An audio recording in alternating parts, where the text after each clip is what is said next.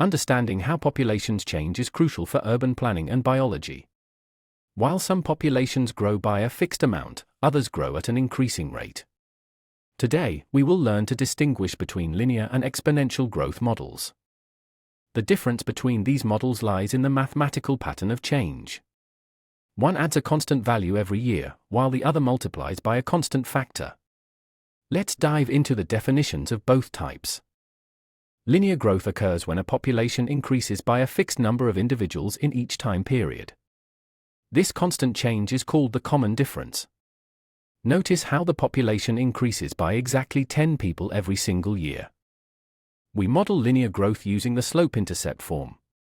Here, B represents the starting population and M is the constant amount added per year.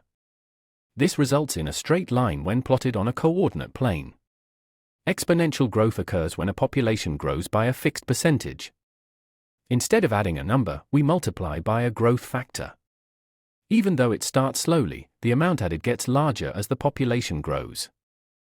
The exponential formula uses the starting population multiplied by 1 plus the growth rate, raised to the power of time.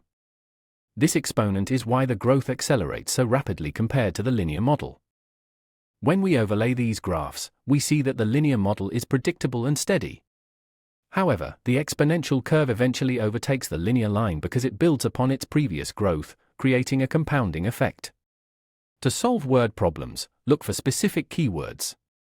Words like constant amount or per year suggest linear growth. Words like percent, doubles, or compounded are clear indicators that you should use an exponential model. Let's look at town A. Since it adds exactly 200 people every year, this is a linear growth model. We can write the equation as T equals 200 times the number of years plus 5,000. To find the population after 10 years, we substitute 10 for T. 200 times 10 is 2,000.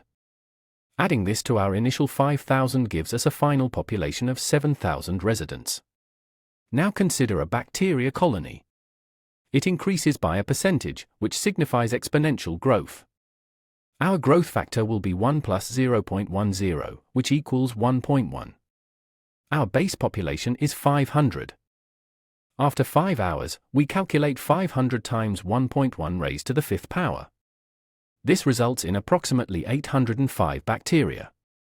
Notice that the growth is not just 50 bacteria per hour, it increases over time. Over long periods, the difference becomes massive. In 50 years, a linear town might triple, but an exponential town growing at just 4% would increase 7-fold. This is the power of compounding growth. When approaching a problem, ask yourself, is the change a fixed amount or a percentage? If it's a fixed amount, go linear. If it's a percentage or a doubling rate, go exponential. This flowchart will guide your choice. To summarize, linear models use addition and form straight lines. Exponential models use multiplication and form upward curves. Identifying the rate of change is the most important step in choosing the correct mathematical model. Let's test your knowledge. If a forest loses 5% of its trees every year, which model should we use? Think about the keywords we discussed earlier. Is it a fixed amount or a percentage? The answer is B, exponential. Because the loss is a percentage, the amount lost changes as the population changes. Thank you for watching this lesson on growth models. Generated by Vision Solve AI.